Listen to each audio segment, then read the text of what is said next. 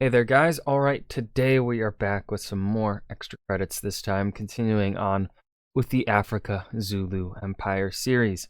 Last Stands and Changing Fortune. Extra history. Before we dive in, though, make sure you go and check out the links in the description box below. I would love it if you joined the Discord and followed me over at Twitch. Alright, let's go ahead and dive right in. Hey, Indy, great to see you. Welcome to our big, white, empty room. Hey, I've been Oh my god. No way. loving your videos on the Great War channel. Thanks. I heard you guys were talking about the Zulu Empire, so I figured I'd pop over and check it out. Hey, did you know that all this stuff leads up to a massive conflict in South Africa during World War I? Yeah, it's a shame it's so rarely talked about when people discuss the First World War. I mean, even our series here is gonna stop at the end of the 1800s. We don't even get to cover the Boer Wars. No worries. We're actually covering it this week. Come over and visit us if you want to check it out. Sweet, I will do that. And I'm just gonna put up this box here for anybody who wants to come with me. After this, I mean, I've got an episode to do. Whoa, I should be in costume. Which episode was that? That looked like... I can't remember if we've already had the extra history crossover in the Great War series. It's been so long. So many episodes. They all blend together. Last time, we saw Chelmsfords take over the Zulu Empire, witnessed the discovery of diamonds in South Africa, and watched British expansion push the region into anarchy and war. Today, we pick up where we left off, the start of the Anglo-Zulu War. Bartle Frere, the British High Demands. Give us all the guns. British advisor in your court. Commissioner for South Africa, had just forced the Zulu Empire into war by offering them an ultimatum they could never accept. Chelmsfords and the Zulus prepared for battle, and Lord Chelmsford, the commander-in-chief, What a fucking nerd name. Chelmsford. Huh. Nerd. for the British forces in South Africa, set his men to march. But Lord Chelmsford engaged in a monumental act of The underestimation. big oops. His greatest worry was that the Zulu wouldn't fight him, so he split his forces into 3 different columns with the idea that he would encircle the Zulu and force them to engage in battle. This was an almost criminal act of disregard. There's essentially no explanation for this, other than that he saw the native forces as fundamentally weak and inferior to European ones. Yes, in the past he had encountered native forces that had avoided pitched battle and had fought guerrilla campaigns against him, but simply lumping all the tribes together and assuming that they were alike would be a fatal mistake. After all, even a cursory examination of the Zulu would tell you, they were not exactly ones to shy away from a fight. At first, Here's the thing, though. The Zulu are not fighting with guns. The British are. And so if we take that into account, and his, as you said, past experience himself, now, of course, is there probably definitely racist, is he definitely using racist logic to help formulate his plan here? Most likely. He most likely does indeed think the Zulu are inferior to him as a European man. However, if we disregard that for the moment and just look at it from his past experience and the technology available being used by both sides,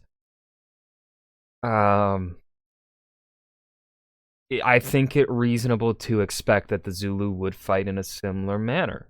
Like, even though, yes, they have fought differently before, we haven't really seen them go in an all-out... I don't think we've seen them go into an all-out war with the British yet, with European technology yet. So, based on that, can't really say for certain how they're going to fight. I think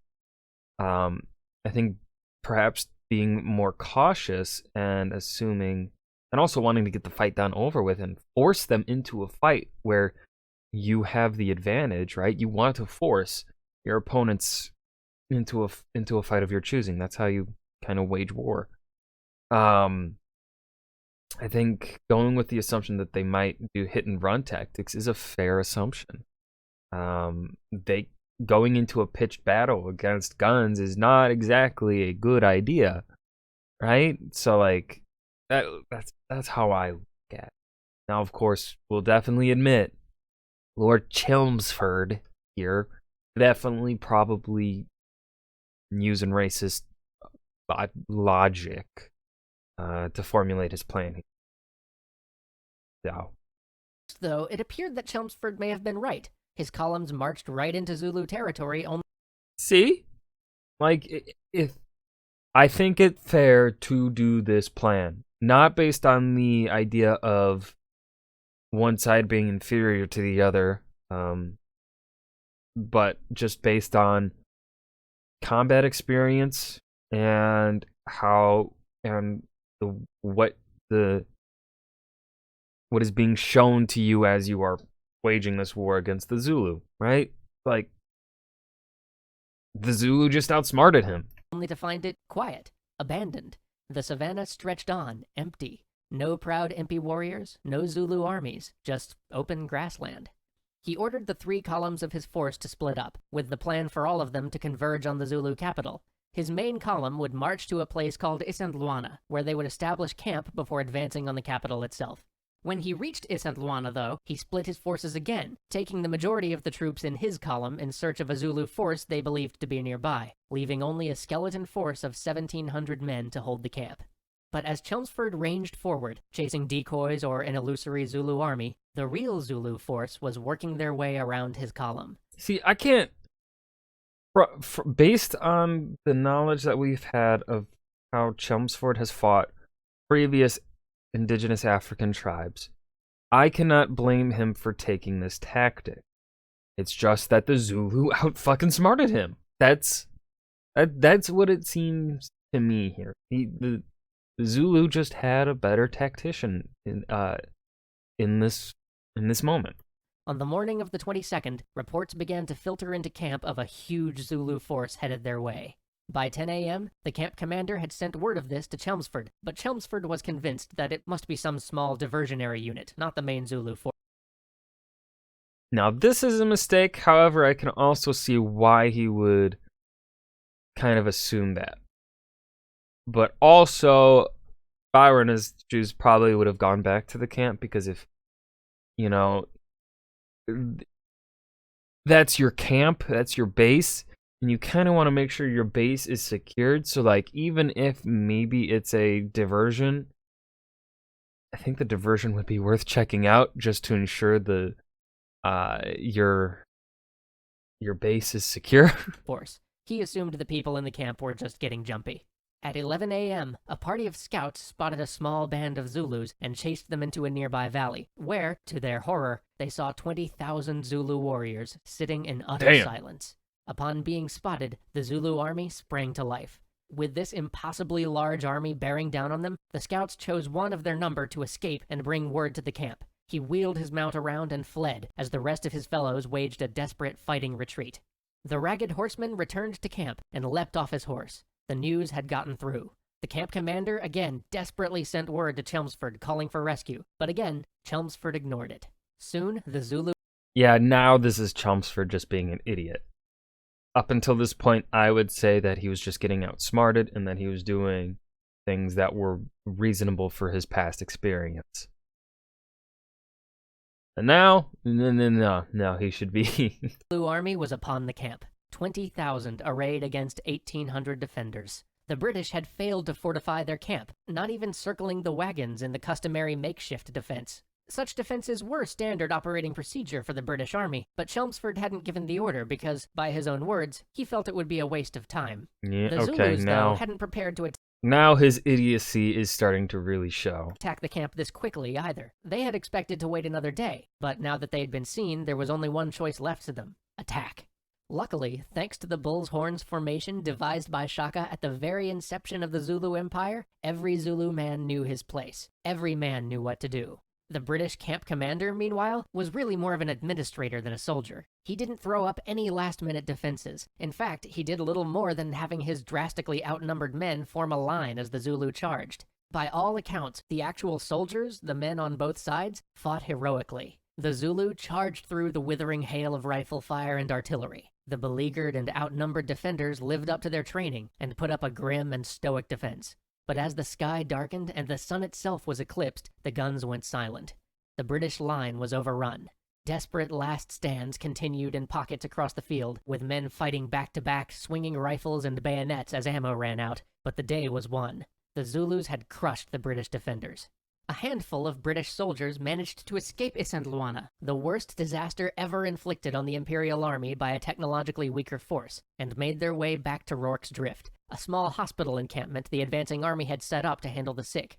The survivors, the sick, and those stationed at Rorke's Drift amounted to perhaps 140 British troops, many of whom were members of the Engineering Corps or the Commissariat, rather than the regular infantry. Upon hearing of the disaster at Isandlwana, most of the men's first instinct was to flee, but one man named James Dalton, the acting assistant commissary officer, told them all that they would never outrun a fast-moving Zulu column while burdened with the sick and the wounded. And so the decision was made. Though victory seemed impossible, they would fight. Unlike the Isandlwana battle, though, these men prepared themselves. Upon hearing of the approaching force, the order was immediately given to use everything they had to fortify Rorke's Drift. Flour bags and biscuit tins were turned into walls. Holes were punched in the side. Is this where...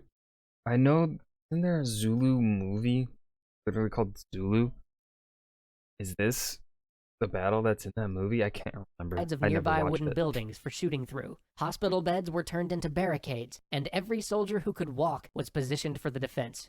Fortunately for them, the rapidly approaching Zulu force wasn't the same army that had crushed them at Isandlwana, but rather the loins of that force's Bullshorn formation, the reserve force of 4,000 warriors that hadn't been committed in the main battle. They were commanded by Chetwayo's half-brother, a less disciplined, rash commander, who had just now violated his orders to simply chase the enemy to the border of Zululand by crossing into British territory to raid Rorke's Drift. Just as the defenses were being completed, the Zulu force descended upon Rorke's Drift. For 10 hours, the battle raged, fought inch by inch, room by room. The hospital was burnt to the ground, and the fight was pushed to the cattle pens. But by 2 a.m., it was over. 17 British troops lay dead, and about that many were wounded. But about 850 Zulu Only 17? How many were at Rorke's Drift? were scattered, dead or wounded, on the hospital grounds. Of the 20,000 bullets that had been stored at Rorke's Drift before the encounter, it was later found that only 900 remained unspent. Damn. Despite this miraculous last stand at Rorke's Drift, the disaster at Isandlwana and other setbacks meant that the invasion of Zululand was a failure. The British forces withdrew, but Chelmsford, desperate to repair his reputation, immediately began to prepare a second invasion, and the British government, now actively seeking to avoid any further loss of face, rushed in reinforcements and heavier artillery. Chetwayo attempted to negotiate with the British, knowing this second army to be an overwhelming force, but Chelmsford wouldn't hear of it. With the committed might of the British military at his back, Chelmsford finally attacked the Zulu capital. As the Zulu army lined up for their charge, they saw 10 cannon and 2 Gatling guns arrayed on the other side of the field. Zulu warriors were cut down in swaths as they struggled to reach their foe. With this total defeat and the loss of their capital, the Zulu forces simply began to disperse. The mighty Zulu army was no more. The British captured Chetwayo shortly thereafter, and carved the Zulu kingdom into 13 smaller sub-kingdoms, installing a new ruler into each one. Almost immediately after these kingdoms were created, they fell into conflict, and what can only be called civil war. Chetwayo, meanwhile, was brought back to England where, surprisingly, he was treated like royalty in exile. He met with Queen Victoria, and his cause was taken up by some of the gentry, to the point where he was eventually returned to the throne of Zululand. Granted, they probably put him there because the Zulu Civil War had gotten out of hand at this point, and they hoped that returning him would reunify the region. Unfortunately, it did not succeed. Shortly after he returned to Zululand, he was attacked by a rival, and died a few months later. He was succeeded by his son, who made great headway in taking back his ancestral claim by allying himself with the Boers, granting the Dutch settlers large swaths of land in return for their help against his rivals. The British definitely couldn't allow that, though. And so, in 1887, British forces finally annexed Zululand for good. And like that, the Zulu Empire was snuffed out. And that was Africa, Zulu Empire, Last Stands and Changing Fortune. Extra History, number 4. Unlike most extra credits series here in the extra history section of their channel, they usually end with a little bit of hope, cheer, or good news.